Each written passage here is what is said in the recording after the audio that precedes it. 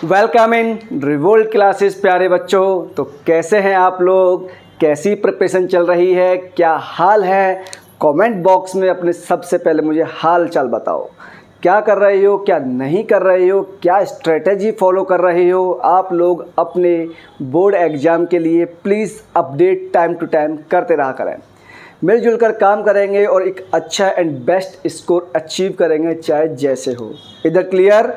तो बच्चा पार्टी, जैसा कि आप जानते हैं चैप्टर 3 की थ्योरी कंप्लीट हो चुकी है, एक्सरसाइज 3.1 भी हो चुकी है। अब हम लोग 3.2 और 3.3 दो एक्सरसाइज को कंटिन्यू अपलोड करने वाले हैं। आपका एक ही वर्क रहेगा, सबसे पहले ध्यान से आपको सॉल्यूशन ऑब्जर्व करना है, स्टेप्स ऑब्जर्व करने हैं एंड एज इट आपको स्टेप्स फॉलो करने हैं। इधर क्लियर? तो विदाउट वेस्टिंग ऑफ टाइम हम स्टार्ट करते हैं विद EBS सर। प्यारे बच्चों, मैं भरत सिंह, आपका दोस्त, आपका घोस्ट और आपका हमसफ़र। ठीक है, चलो प्यारे बच्चों, इस हमसफ़र के साथ कुछ सफ़र तय करते हैं हम लोग। पहली जो इक्वेशन है, हमें आप जानते हैं एक्सरसाइज 3.2 डिपेंडेंट है आपकी सब्स्टिट्यूशन मेथड पर, और सब्स्टिट्यूशन मेथड का मीनिंग मैंने आपको क्लियरली बताया था, फिर बताऊंगा। जिसको और डिटेल में समझना है वो आप जाइए प्लेलिस्ट के अंदर, वहाँ पे आपको एक्सरसाइज दिखेगी 3 सब्स्टिट्यूशन मेथड नाम से, जाइए देखिए। ठीक है बच्चों, और ये हमारे पास आज का पार्ट 7 है, not 6, this will be a part 7। तो इक्वेशन आपके सामने गिवन है x + y = 14, x - y = 4। तो बच्चा पार्टी में फर्स्ट का सॉल्यूशन कर रहा हूँ, और जो ये सॉल्यूशन हमें करना है, ये करना है हम लोगों को बाय सब्स्टिट्यूशन मेथड। और इस मेथड में क्या होता है मैं आपको पहले ही डिटेल वाइज समझा चुका हूँ।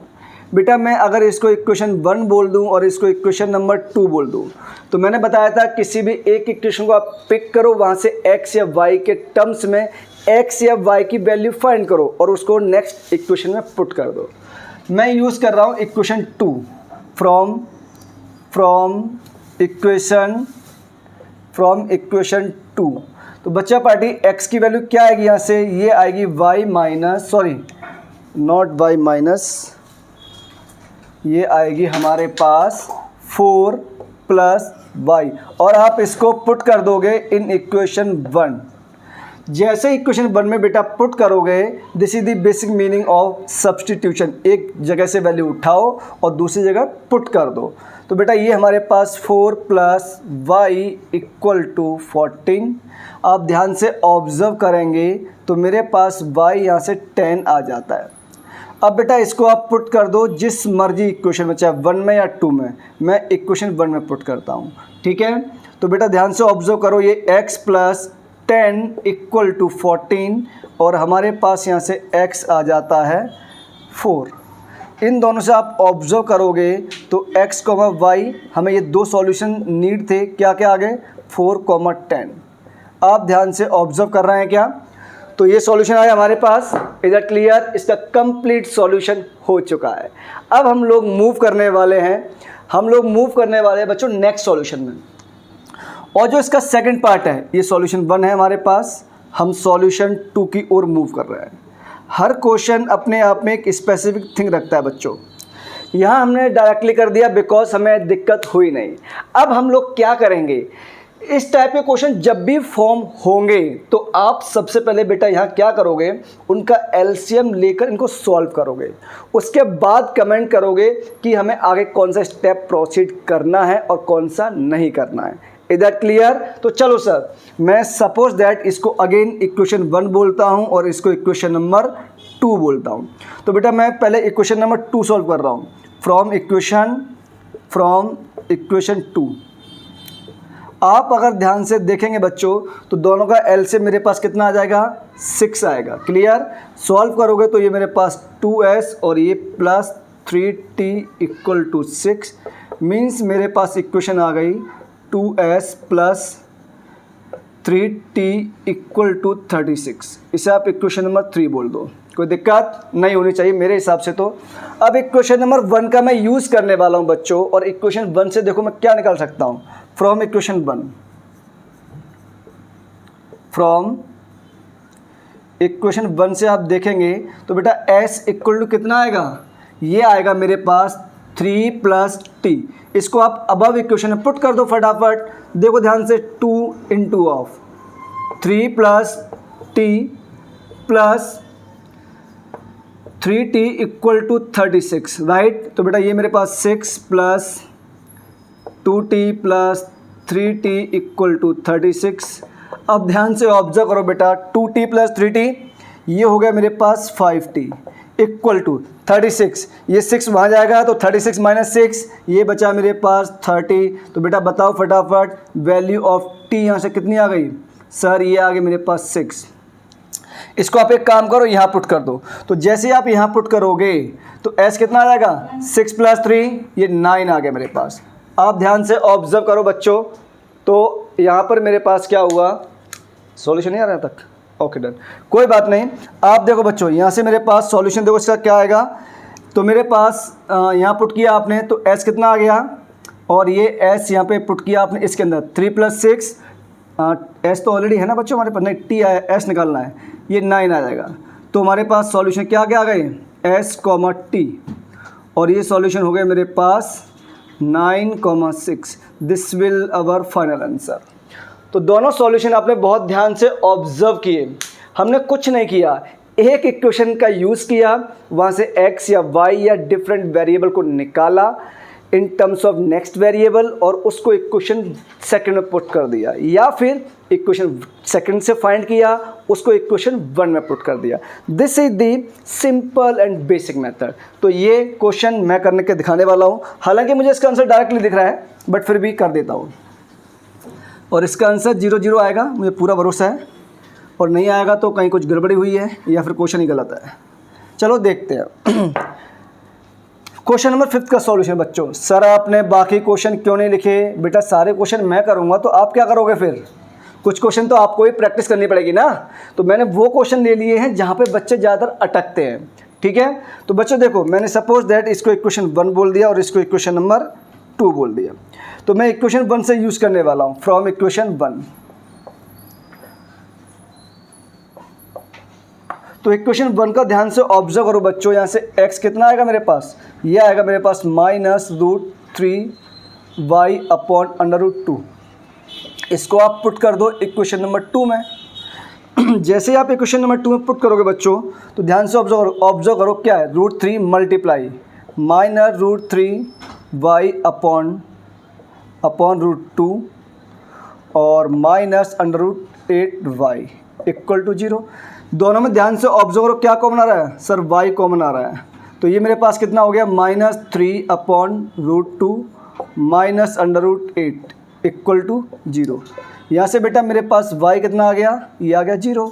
इसको इक्वेशन 1 में नहीं, एक काम करो यहाँ पुट कर दो। तो जैसे आप यहाँ पुट कर दोगे, देखो बच्चों something into 0 is always 0, hence मेरे पास x, y कितना आ गया, ये आ गया 0,0।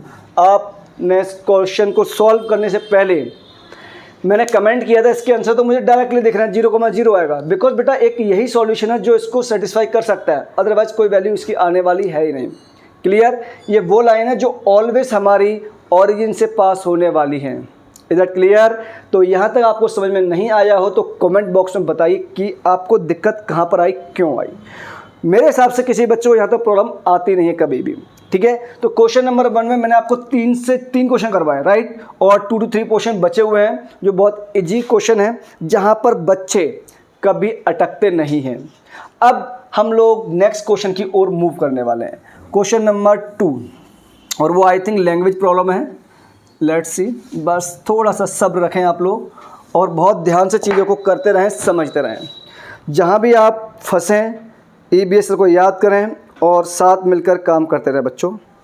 देखो ध्यान से, क्वेश्चन नंबर 2 क्या बोल रहा है, हाँ वेरी इंपॉर्टेंट क्वेश्चन बच्चों, वेरी इंपॉर्टेंट मैं इसलिए बोल रहा हूँ बिकॉज ऐसे क्वेश्चन अक्सर आते रहते हैं। तो क्वेश्चन नंबर 2 में आपको क्या बोल रहा है, हमें 2 इक्वेशन गिवन है, एक है 2x + 3y = 11, सेकेंड है बच्चों 2x - 4y = -24, and last equation मेरे पास y = mx प्लस 3, ये मैं 1 बोल देता हूँ, इसको मैं सेकंड बोल देता हूँ और इसको मैं थर्ड इक्वेशन बोल देता हूँ। We have to find the value of m। आप अगर ध्यान से ऑब्जर्व करोगे, इन दो इक्वेशन के अंदर हमें वैल्यू ऑफ m निकालनी है। और वो वैल्यू हम लोग कैसे निकालेंगे बच्चों? इस वैल्यू निकालने का एक ही तरीका है कि आप इक्वेशन 1 और 2 का यूज़ करके सबसे पहले x और y निकालो। इस कंप्लीट क्वेश्चन के अंदर कहीं भी आपका एक सिंगल स्टेटमेंट नहीं है कि आपको इस सब्स्टिट्यूशन मेथड से करना है या एलिमिनेशन से करना है या ग्राफिकल से करना है। बट हम लोग कर रहे हैं एक्सरसाइज 3.2, जहाँ पे क्लियरली मेंशन है कि ये हम लोग सब्स्टिट्यूशन मेथड सीख रहे हैं। इसका मतलब अभी हम लोगों को सब्स्टिट्यूशन मेथड से ही करना पड़ेगा। बट एग्जाम के अंदर अगर मेंशन नहीं है तो जो आपका मन करता है उससे करना, जिससे आपको अच्छा लगता है, जो आपकी श्रद्धा भावना हो। शांति से पंगा नहीं लेने का, शांति मेरी फेवरेट है। Is that clear? चलो आ जाओ। तो बच्चों अब ध्यान से ऑब्जर्व करो, मैं इसका सॉल्यूशन अगर स्टार्ट करता हूँ तो क्या होने वाला है। बच्चों देखो, मैं यूज़ कर रहा हूँ इक्वेशन नंबर, किसको बताओ? चलो इक्वेशन 2 को यूज़ करते हैं। फ्रॉम इक्वेशन 2, तो मेरे पास 2x इक्वल टू कितना आ जाएगा? 4y minus 24। बच्चों 2 कैंसिल आउट कर दो तो क्या होगा? ये मेरे पास 2y माइनस 12, और इसको आप पुट कर दो इक्वेशन नंबर 1 के अंदर। होप सो किसी को दिक्कत नहीं आ रही होगी, अगर दिक्कत आए तो प्लीज़ इन्फॉर्म करना आप लोग। क्लियर? इक्वेशन 1 में पुट करो बच्चों, तो ये 2 times 2y minus 12 plus 3y equal to 11। Clear? तो 2 2 जा 4y minus 24 plus 3y equal to 11। तो बच्चों 4y प्लस 3y 7y, ये उस तरफ जाएगा प्लस का हो जाएगा। 4 + 1 5, 2 + 1 3, मीन्स y मेरे पास कितना आ गया? 7 5 जा 35। इसको आप किसी भी इक्वेशन में पुट करो जहाँ आपका मन करता है। एक काम करो, आप इसको यहाँ पुट कर दो, उससे क्या होगा? जल्दी हमारे पास सॉल्यूशन फाइंड हो जाएगा, राइट? तो बेटा आपने इसको यहाँ पुट किया तो y की वैल्यू कितनी है? 5, तो 2 × 5 minus 12, means value of x 2 5 जा 10 माइनस 12। तो हमारे पास सही कर रहे हैं ना हम लोग? आई थिंक हाँ सही कर रहे हैं। ये -2 आ गया। तो बच्चों ये बताओ मेरे पास देयरफॉर x, y कितना आया? ये मेरे पास आया है -2,5।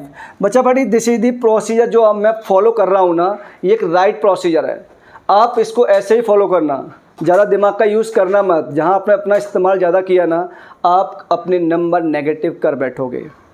सर नेगेटिव मार्किंग तो होती नहीं है। अबे बेटा, जो नंबर तेरे पॉजिटिव आने वाले हैं, अगर तूने वो गलत कर दिए ना तो इनडायरेक्टली वो नेगेटिव ही हो गया ना। तो मैं उसी को नेगेटिव बोलता हूँ आपके लेवल पर, ठीक है? चलो, लेकिन हमें सर एक्स वाई थोड़ा था, ये चाहिए था, हमें तो m चाहिए था। अरे मेरे प्यारे बच्चे, इक्वेशन नंबर 3 ध्यान से ऑब्जर्व कर। अगर m फाइंड करना है तो x y की तो नीड पड़ेगी ना। वो कहाँ से आया? 1 और 2 का यूज़ करके, बाय सब्स्टिट्यूशन मेथड। क्लियर? यहाँ एक स्टेटमेंट लिखना है आपको, बाय सब्स्टिट्यूशन मेथड। ठीक है प्यारे? तो चलो इसको हम लोग पुट करने वाले हैं इक्वेशन नंबर 3 के अंदर, और हम लोग इसको इक्वेशन नंबर 3 में पुट करेंगे। तो देखो बच्चों क्या करने वाले हैं, y equal to m not x plus 3, यह है हमारे पास। y की वैल्यू कितनी है यहाँ से बताओ? यह है 5m मल्टीप्लाई -2 और प्लस 3। आप अगर ध्यान से ऑब्जर्व करेंगे तो मैंने इस वाले नंबर को इस बार रखा है ब्रैकेट के अंदर। और ऐसा क्यों किया? बेटा जब भी नंबर नेगेटिव में आएंगे और मल्टीप्लाई के साथ कोई अदर नंबर है तो ऑलवेज आपको ब्रैकेट लगाना है। This is the right procedure of mathematics. Clear? तो जो करूँगा आंखें बंद करके भरोसे पर ट्रस्ट करो और फॉलो करो। लाइक शेयर सब्सक्राइब करना भूलना मत, वही मेरा सपोर्ट है आपकी तरफ से। चलो बच्चा पार्टी, इसको मैं नेक्स्ट स्टेप में कैसा लिख सकता हूँ? -2m इक्वल टू -2m, इसको मैं इस तरफ लाऊंगा तो ये 5 - 3, तो -2m इक्वल टू आ गया बच्चों 2। तो वैल्यू ऑफ m कितनी आ गई सर? -1। ये मेरे पास हो गया फाइनल आंसर और यहाँ आप आंसर पुट कर दोगे। ठीक है क्या? तो अब हम लोग क्वेश्चन नंबर 3 में मूव करेंगे और क्वेश्चन नंबर 3 में मैं क्या करने वाला हूँ, सॉल्यूशन आपको ही करना है। मैं बस आपकी इतनी हेल्प करने वाला हूँ, उसकी लैंग्वेज पढ़कर आपकी मैं इक्वेशन बनाऊंगा और आपका काम क्या रहेगा, उनका आंसर कमेंट बॉक्स में लीव करना होगा। इधर क्लियर? क्योंकि बच्चों को जो मेजॉरिटी प्रॉब्लम्स आती है ना, वो लैंग्वेज के क्वेश्चन में आती है। वहाँ बच्चे दिमाग लगाना भूल जाते हैं, क्योंकि वो 7th 8th और 9th कैसे पढ़ के आए हैं वो भूल जाते हैं। वो समझते हैं 10th है तो कुछ नया होगा। भैया कुछ भी नया नहीं है। आपके 4th क्लास में, 5th क्लास में, 8th क्लास में 2 + 2 4 ही होता था। भैया 10th में भी वही है। यहाँ बस इतना हो सकता है सर 5 - 1, तब भी 4 ही होगा। तो इतना दिमाग तो आपको यूज़ करना ही पड़ेगा। क्लियर है क्या? आप ध्यान से ऑब्जर्व करेंगे। अब हम लोग क्वेश्चन नंबर 3 की ओर मूव कर रहे हैं। प्लीज़ देखो बच्चों,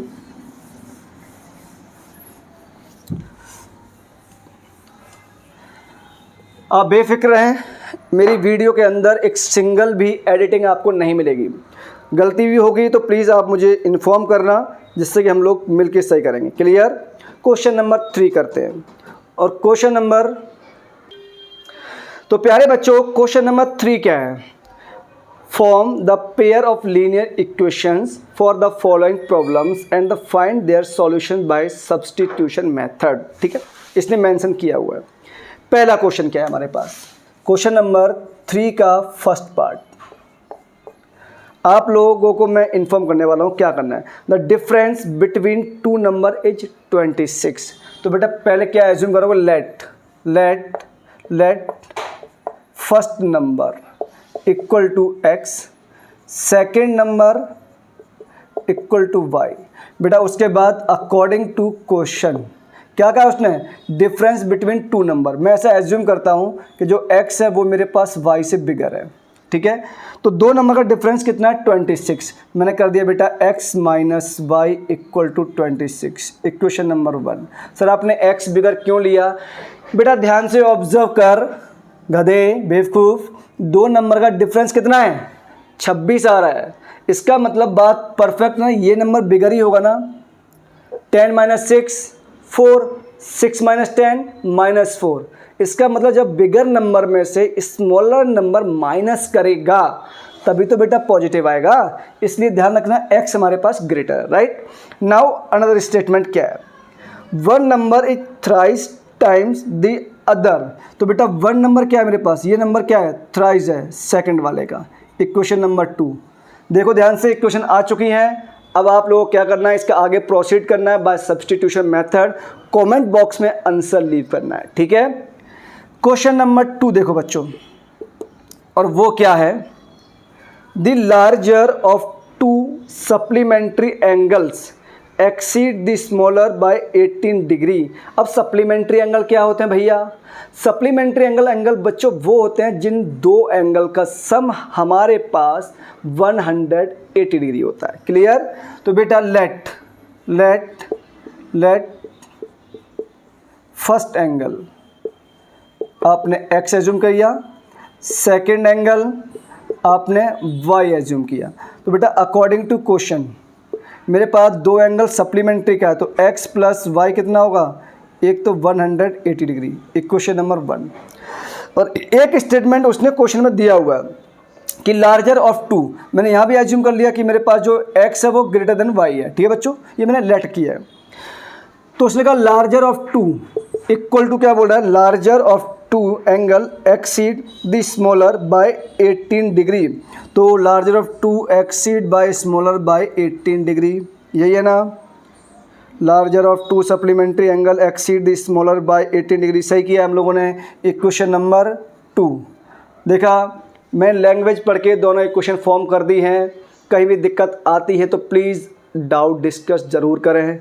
EBS सर से पढ़ने का यही फ़ायदा है कि आपके डाउट नहीं आने चाहिए। क्लियर? थर्ड पार्ट क्या बोलता है हमसे बच्चों, देखते हैं एक बार। थर्ड पार्ट है, the coach of a cricket team buys 7 bats and 6 balls for rupees something. अब मेरा एक क्वेश्चन है आप लोगों से, बेटा याद रखना, छोटा सा कॉन्सेप्ट दे रहा हूँ और ये लाइफ टाइम आपके यूज़ में आने वाला है।